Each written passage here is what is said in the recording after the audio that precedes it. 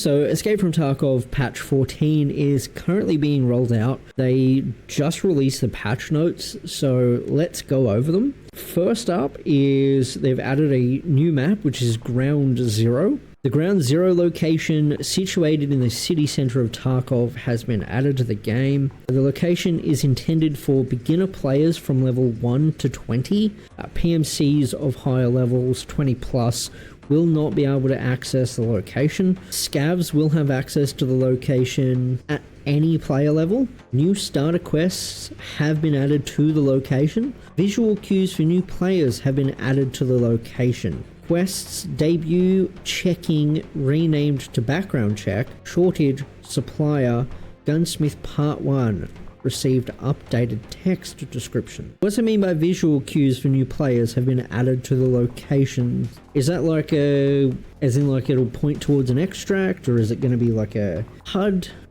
showing players? I'm a bit iffy on that one. Anyway, they've added a new boss, Colonte. This guy looks pretty mean. He looks like it's the first iteration of leg armor in Tarkov. That's pretty bloody scary. Apparently he also has a riot shield, from what I've been seeing on Twitter. Doesn't say it in the patch notes, but I guess we're gonna find out. He's going to be on streets. That's going to be interesting. Kaban has new guards. I haven't really faced Kaban, so I don't know what his old guards were like. It was like any other boss, and their guards completely fucked.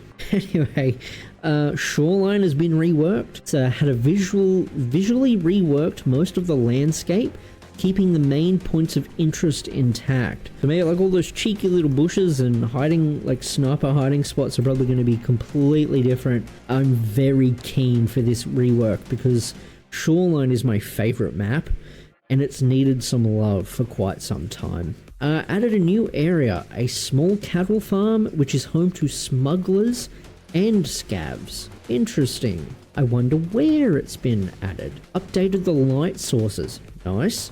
Optimized most of the location, completely redesigned the culling system, reworked location borders, concrete fence replaced by minefields and snipers in most areas. Yes, because it was still back in the day before, I think it was Reserve introduced the minefields and snipers. That's how, like, Shoreline's been around for a while. The location is also slightly expanded in some areas. Reworked some points of interest, including the addition of new quests and activities in several previously empty zones. Yeah, I'd like to see more quests spread out outside of the resort and the pier. Like, spread them out a little bit. Come on, give some other areas some love. Some areas have been reworked to improve gameplay. Added a river crossing, reworked almost all elevations and sniper positions, as well as scav areas of interest. Great. Cannot wait to discover them all. Added more than 30 new containers and Jaeger stashes. Yes, Shoreline is one of my favorite maps to run doing stash runs. You go nighttime, hit all the stashes. It's like you're out in 10 minutes and you just chockers full of loot. You don't have to touch the resort. Beautiful. Fixed over 1,200 visual and minor bugs. Oh, interesting. Things I had not known were an issue. Anyway, moving on, new weapons, equipment loot. Added a number of new items, weapon modifications, equipment, and customization. New weapons, KBP 9A91 or 9x39 compact assault rifle. I fuck with that. VSK 94 9x39 rifle. I fuck with that. The SIG MCX spear. Fuck yeah. RPD machine gun and RPD9 machine gun. Holy shit. That's beautiful. Updated the models and animations for the SKS. I mean, the SKS has been in the game for quite a while now. Same with it, like that one model. I think it's been in since like the early days. So it'll be interesting to see how much it's changed. Achievements. Achievements have been added to the game. What do we get? Oh, achievements don't wipe. That's cool. You can view and earn achievements in the achievement tab on the character screen. A new hideout zone. Hall of Fame has been added to the game. Oh, for displaying the dog tags of players of the opposite faction killed by your PMC, you get a bonus to combat skills leveling. The higher the level of the eliminated player, the greater the skill bonus. You can add items to your favorites such items will be displayed in your profile. I like that. I like that a lot. There's going to be a lot of people that are just going to stream snipe streamers though and display their tags, I reckon. Go for like a, how many times can we kill like a Smitty Stone or someone, or Pestily, and just have their tags up. I don't know if this is a good change. Not a good change for streamers. It sounds like a decent change for the game itself. We shall see how it goes. So this is a great one. New hitbox and armor system. The head is divided into separate simple hit zones, which coincide with the protection zones of helmets and masks. 3 hit zones have been added to the head area: front neck, throat, back neck, neck and face collider. Thorax and stomach hit zones are divided into front, back and sides. The pelvic hit zone is divided into front, groin and back buttocks. Hits to these zones cause damage to the stomach zone. Forearm hit zones have been reduced in diameter. The death screen now shows more detailed information about the area that was fatally wounded. For example, thorax, upper back. That's a lot of collision checks. Just saying. Interesting, but that's a lot of collision checks. Tarkov might run a little bit choppy until they can optimize that. 37 ballistic plates have been added to the game. 7 for the chest section, 6 for the rear section, 20 universal plates for the chest and rear section, and 4 for the side sections. I'm not going to read all of that. That is interesting. I'll leave that on the screen and I'll come back in a minute.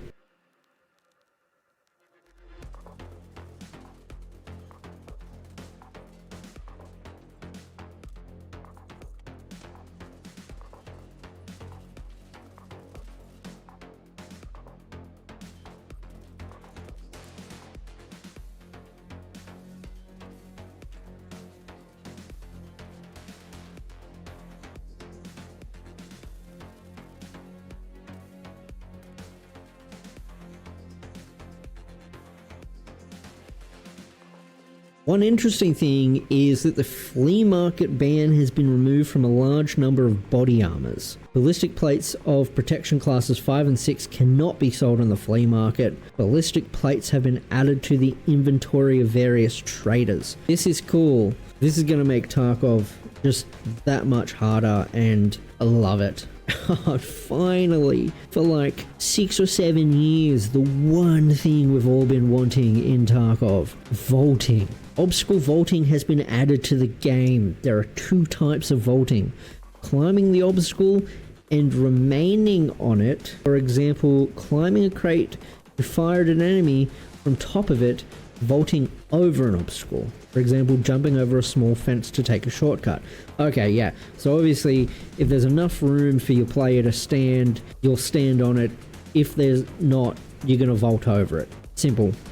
If vaulting is performed while walking, the loudness of such actions will be noticeably lower than jumping and sprinting. Oh, fuck yeah. For the convenience of overcoming obstacles, an option has been added to the game settings: vaulting over medium obstacles, where you can choose auto or hotkey. If you select auto, your character will climb over medium and low height obstacles by himself. If you select hotkey, you will need to press the jump key to initiate vaulting. This way you can control the character's actions more precisely. I reckon just keep it on hotkey. Auto, I don't know. You might want to run to cover, and instead of running to cover, your character might just jump over it, and that'd probably mess you up big time. The character now stops if he hits a wall while walking or sprinting. Well, good. Oh, another one is shoulder transitions. That's another thing that we've been wanting for ages, being able to switch from left and right. The ability to move firearms from the right shoulder to the left shoulder and back has been added to the game. This can be useful when you want to fire from the left side while behind cover. Shoulder transition is available during walking, crouching, leaning and other actions. I feel like I'm going to need another mouse and keyboard because I just don't have enough buttons. Positioning the weapon on the left shoulder imposes a penalty. The weapon has additional sway when moving. I feel like this needs to be set where when you pick your character, you can choose what side you're predominantly on, and that way it just switches that around. So whichever one you switch to, say you're predominantly left-handed, you switch to your right, and then it does that. Instead of this, you just always, left and then right.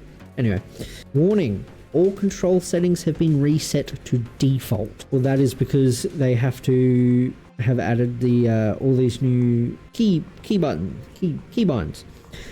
Shoulder transition action default key is mouse 4. That's an issue because mouse 4 is my heals button, so I have to figure out how to swap that one.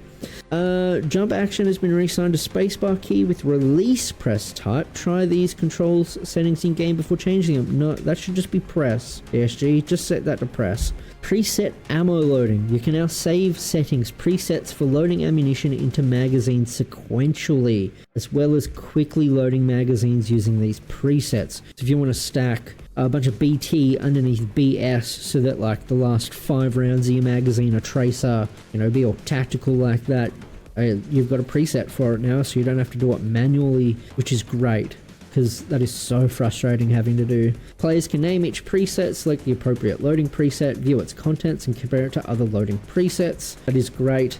The magazine loading preset is divided into 3 blocks: top, loop, bottom. Top, how many and which cartridges will be at the top of the magazine belt, i.e. which cartridges will be first. Loop, how many and which cartridges will be cycled in the magazine belt. Bottom, how many and which cartridges will be at the top of the magazine belt, i.e. which cartridges will be last. Oh, is this... okay, that's for which magazines are loaded first. Okay.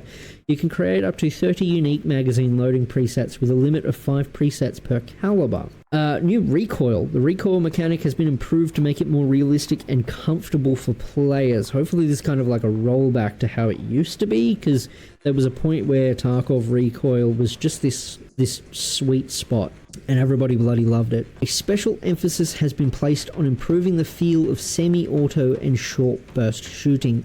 Yes. New recoil mechanic now includes a variety of flexible settings, allowing for balance adjustments based on analytical data and player feedback. All weapon recoil parameters have been rebalanced. Interesting. Lightkeeper services. After completing certain Lightkeeper quests, you will be able to unlock access to the following services. Sacred Amulet service. Lightkeeper gives the character the item Sacred Amulet. While the character is wearing the amulet, all cultists on all locations do not attack you unless provoked. That's interesting. Rogue support. When a player purchases this service in that raid, rogues will not attack the player who ordered the service, regardless of their faction. In addition, rogues will provide fire support by attacking targets that the player who purchased this service has directed their attention to. Jesus Christ. Zerachi support. When a player buys this service in that raid, Zerachi will support the player by firing at the target the player is attacking. Oh, that is nasty. Weapon rack. You can now add the displayed weapon to your favorites. These weapons will be displayed in your profile. Viewable profiles. Added the ability to view another player's profile page. In the player's profile, you can view gear equipped by the player, brief statistics, rare achievements, favorite weapons displayed at the weapon rack, favorite items displayed in the Hall of Fame. Player profiles can be viewed on any screen of the game, including the raid exit screen after dying to another player. Nice. AI adjustments. Adjusted peaceful and combat behavior of AI when moving from one area to another within one location. Change the trader prices and availability of ammunition in the following calibers. Oh, this is trading. That was all for the AI. Okay. That's a lot of calibers right there. So they've just adjusted some prices for some of the armor and some of the ammunition, and various trade offers and barters of weapon attachments and other items have been changed, which is interesting. It's always good to shake up the meta a little bit. Balancing changes to quests. Expanded quest rewards. You will now be rewarded more often with unlocking previously unavailable trade offers, barters, ammo, and armor crafting recipes. Oh, crafting recipes. That's cool. I don't know if that was already... I haven't played Tarkov in a while. Change the order of skier quests between Friend from the West Part 2 and Setup. New order. Friend from the West Part 2, Setup, Inform Means Armed, Chumming, Bullshit, Silent Caliber. Change the quest objectives for the Punisher Part 2, Part 4, Tarkov Shooter Part 4. Oh god. I remember like one of the last times they changed the Punisher... Like, you couldn't find Usex, or it was a bear. You couldn't find bears anywhere They had to kill like 20 bears and like no one was bear. It was a nightmare. Balancing changes to crafting. Adjusted armor crafts. Now to make an armor vest you need to find a set of fabrics and a ballistic plate that fits the form factor. That's cool.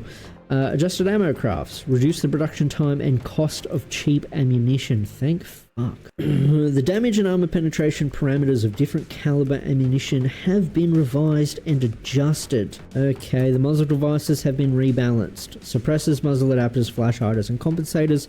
Didn't really give any information on that, but that's a good change. Oh, they've finally added in the BTR. BTR driver offers various services to his passengers. Taxi service. The player can travel to any available point in the city in total safety. Move items to stash. The player can send items to the stash with the status found in raid. This service is available only for PMCs. That is handy. That is so bloody handy.